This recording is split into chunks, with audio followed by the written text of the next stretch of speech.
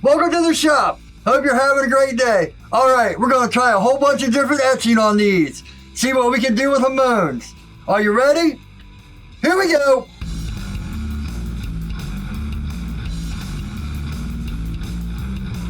Welcome back. Alright, so I got some coffee brewing here. You'll see it in the B-roll next if everything goes right. I hand sanded this one up to 1200. If you guys have been here a while, you know how much I hate hand sanding. So, man, I spent the whole weekend hand sanding. I got this one up to 800, so I still got a little bit more hand sanding to do. Since I got the coffee brewing, I figured I'd put this one in already. Not to mention this one doesn't fit, so by process of elimination, looks like this one's going in the coffee. And I'm gonna put this one in vinegar. Then if you watched the last video, which I'll put up in the cards, I got the ones off the belt which are getting Ferric. Let's get to the B-roll. Here we go.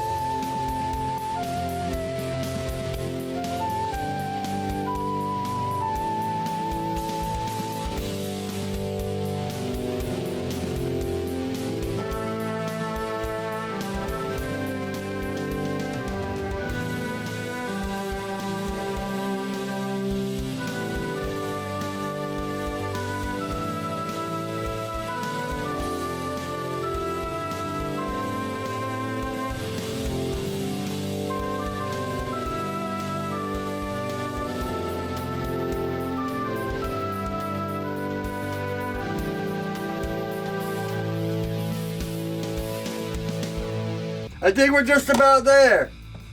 It looks like it'll cover the whole thing. I used this whole pot. This whole thing was boiling. And I've been using the screwdriver to stir up the coffee. I'm sure all you coffee drinkers out there are cussing me out and calling me blasphemous and all that stuff. But I'm a Mountain Dew drinker, not a coffee drinker. I love the smell of coffee, man. If it tasted as good as it smell, I'd be just like you guys. But I just don't like it. Never have, so. I used, for this one pot, I think I used, not quite half. So this should be some dark coffee here. Yeah, man. I do like making it, man. It's fun making it. Especially when you're doing it for the camera, so. Alright, I'm going to take this knife. Like I said, it's small enough, so I'm going to have to take this apart and hand sand this some more. I've got a whole bunch of footage of me hand sanding, which will be after this. You know, just time lapse, because I don't think you want to sit through 2 days worth of hand sanding. If you guys watch my live stream, this is the one I used to hand sand when I did hand sanding on my live streams. This one wasn't as bad. This one I pulled out my 1x10 and went and cheated and went up to a cork belt and then hand sanded. Should be an interesting video. I really want to see what happens with the cork belts and the Trizacks and the Ferric, because all these knives, this one, these 3 knives are getting Ferric since they're right off the belt. We're having a little science class here. Alright, I'll be back.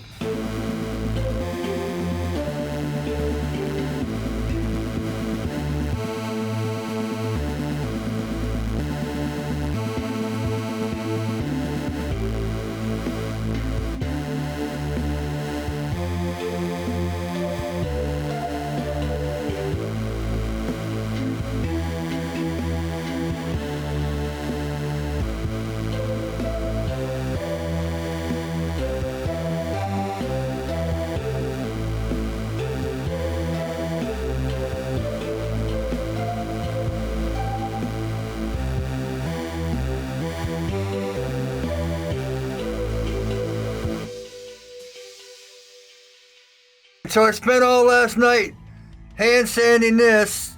If you watch me on Instagram, you know, but that's what that whole time lapse was. I went to start on this, but man, this was a lower grit, and I just don't have the patience. I know a lot of people like hand sanding, and but I'm not one of them people. So I'm just cutting belts. I got a 240 on here. I'm gonna get it as high as possible, and then do some hand sanding if I have to. It'll be interesting to see how this plays out, but all right.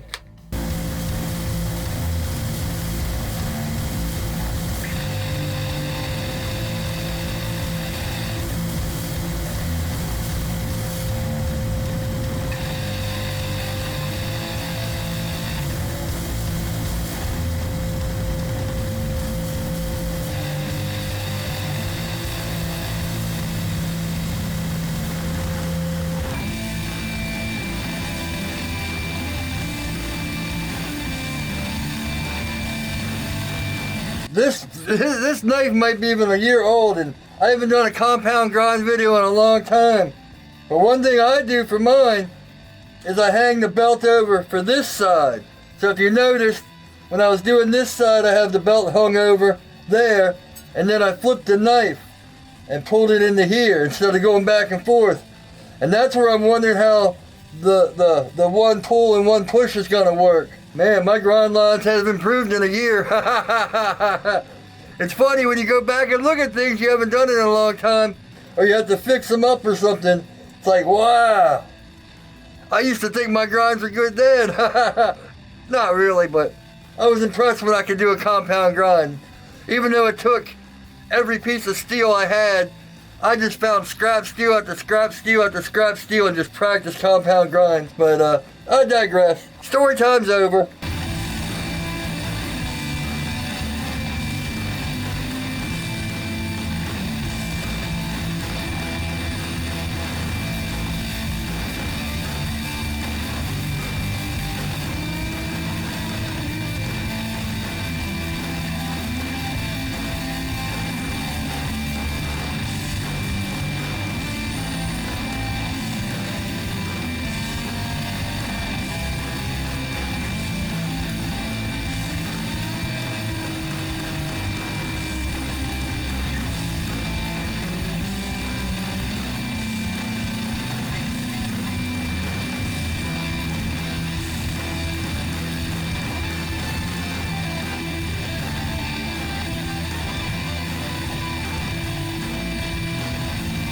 Alright, so this is the first belt I cut, and it cut it all uneven, so I'm just going to flip it around.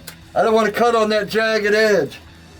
I think I said in one other video, if you're having problems with your plunge lines not looking even or something, flip the belt over and use the same side you did, and that way, you know, it should help.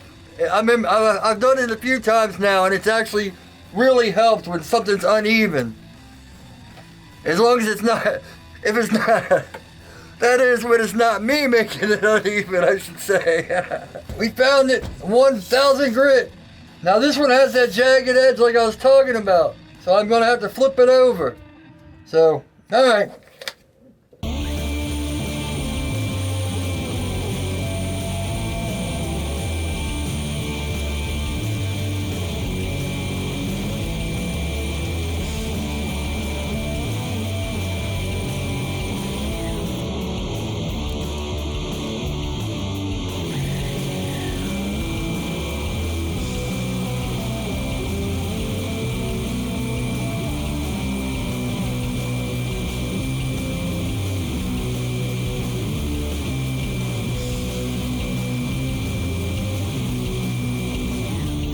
All right, back to the flat platen.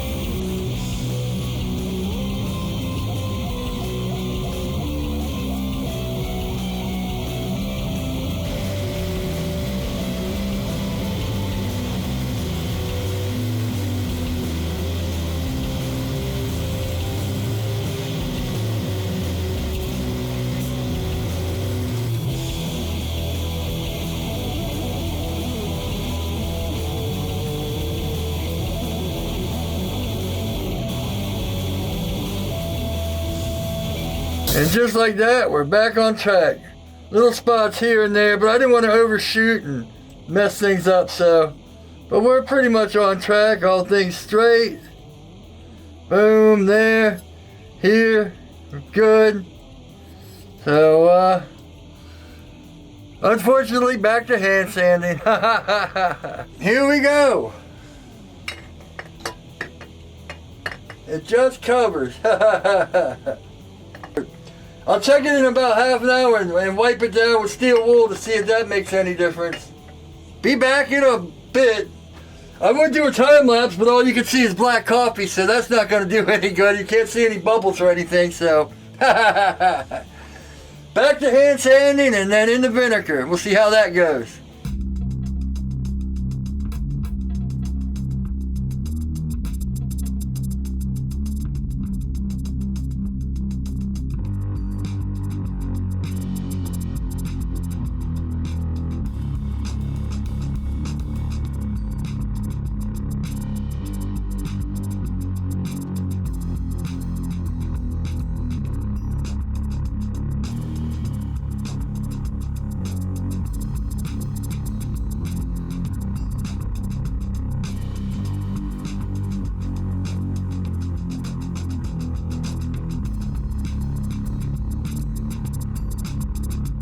Well, the coffee's been in there for an hour. I don't notice any changes yet, so we might not get anything. But anyway, here we go, 1200.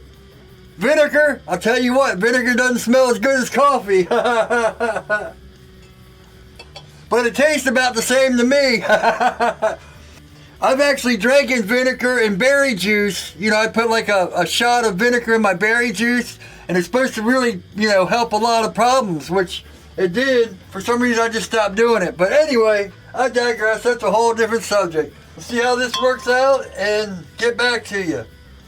I'll check each one of them for about an hour each. Then we'll do Ferric and all that.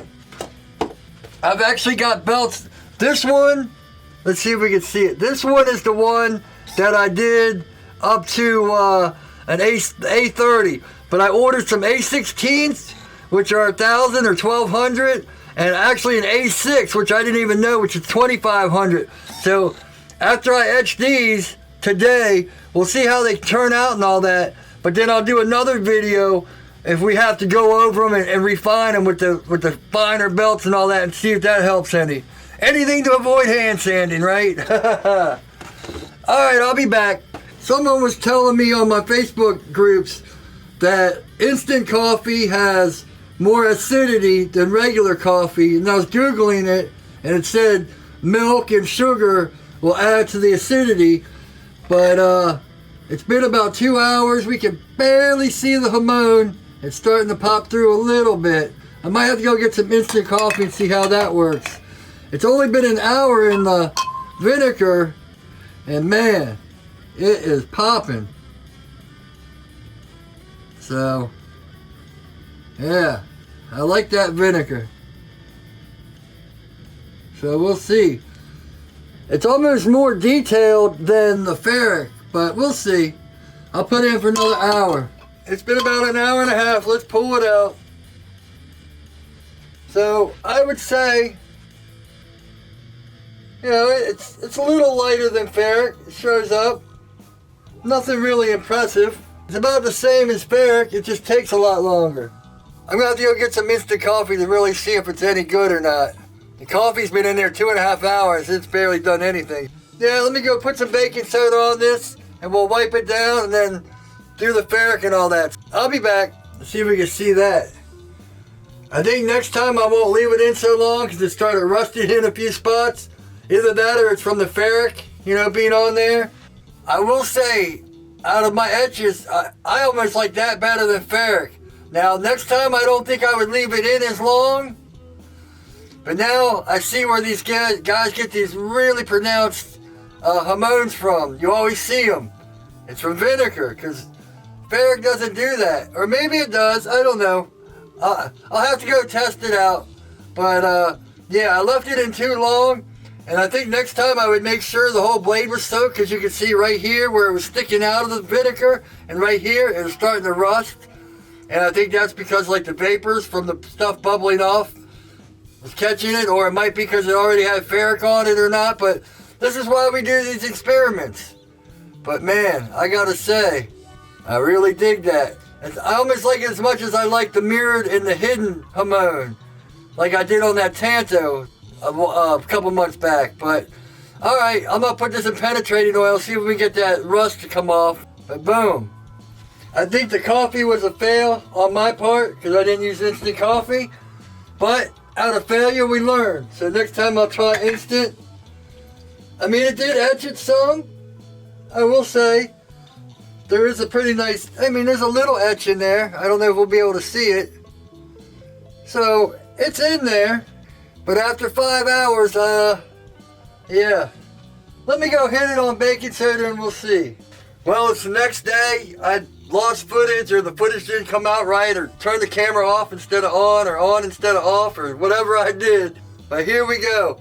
I let it soak in 3-in-1 oil and penetrating oil. It's still got like rust spots here and here. But, so next time I'm not gonna let it soak that much. But man, I would say the vinegar definitely won. Of course, I'm going to have to hand sand this all back down and redo it in vinegar. I went ahead, when I dipped it in baking soda, nothing really happened, so I went ahead and did it in Ferric. And you can see Ferric, you can still see how the Hamon comes through, but look at the difference. See how defined that one is? And, you know, you have to really work this one to get it like it is, but, you know, I'll show you some techniques I did to make the mirror finished on that other Tanto that kind of looks like that, but just one grind. I think that's about it. I've actually got some belts coming tomorrow. Well, depending on when I get this uploaded. I got belts coming Wednesday, and I also got another glass platen, because if you've noticed on my grinder lately, it's all cracked at the bottom, so I'm putting another ceramic platen on, and I'll show a video of that. I don't know if it'll be tied in to the Hamons, if it's going to be a short video or not, we'll see. I want to give these knives the best chance I can to get them where I want them. I'm going to wait till the next video where I get the A16s and the A6s. A little tip, I just saw this. When you're working with acids and stuff, don't leave tissues around the knives you want to etch. Look at this. Can we see this? Look at all the crap that's on that. Here and here, all that. It was sitting on a towel. It must have been sitting on some coffee or vinegar. So it must be coffee because it didn't etch it in real deep. It's actually on the surface, so that should grind off real quick. But you can see this one. So make sure when you're finished etching stuff, you don't leave tissues sitting around with whatever vinegar or whatever sitting on, because then everything will get rusty. Your tools will get rusty and all that stuff. But hope you enjoyed the video. Make sure to like if you like, dislike if you don't. Comment, subscribe, hit the notification bell, all that good stuff. My website link is up in the cards with shirts like this and 5 knives. Also Amazon links, which are also in the description. As I get new tools and stuff, I try to put them down in the description. I still have to update the website, but most of the pictures are on there for Amazon links. Hope you enjoyed this. Thanks for watching. Hope you're having a great day. And as always, take it easy.